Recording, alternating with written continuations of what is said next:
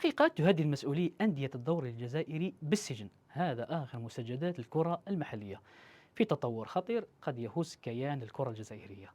تحقيقات أمنية ومالية واسعة تطال العديد من الأندية، وشبهات فساد ممكن ستقود رؤساء ومسؤولين إلى السجن.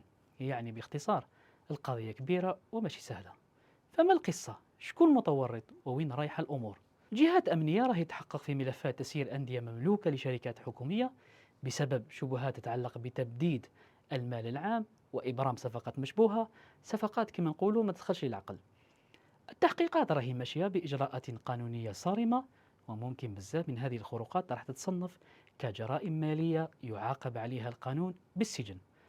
أكثر الملفات اللي دارت الجدل تتعلق بصفقات وصفت بالغريبة، خاصة التعاقد مع لاعبين أجانب برواتب فلكية. ملايير راهي تصرف وبعد أشهر قليلة يتم فسخ العقود، وأحيانا اللي يخلع أكثر، اللاعب ما لعب حتى دقيقة واحدة في الفريق. خسائر مالية ضخمة، تعويضات راهي تدفع والنتيجة لا فائدة فنية.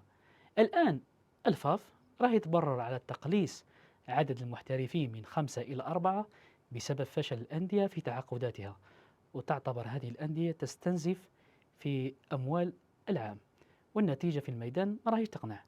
وهذا واحد من أهم النقاط اللي راهي تظل محور التحقيقات الحالية. والأكثر غرابة الارتفاع الصاروخي والغير المسبوق لرواتب بعض اللاعبي الدوري المحلي، لدرجة أن اللاعبين ما يلعبوش حتى في المنتخب الأول يتقاضوا رواتب أعلى من لاعبين دوليين ينشطون في أوروبا. وهنا نتساءل، هل هذه كرة القدم ولا مشروع تبديد أموال العام؟ في الأخير، إصلاح الكرة الجزائرية ما يكونش بالهضرة ولا بالمسكنات، يكون من خلال المحاسبة والشفافية، وبأن المال العام خط أحمر، واللي غلط لازم يتحاسب.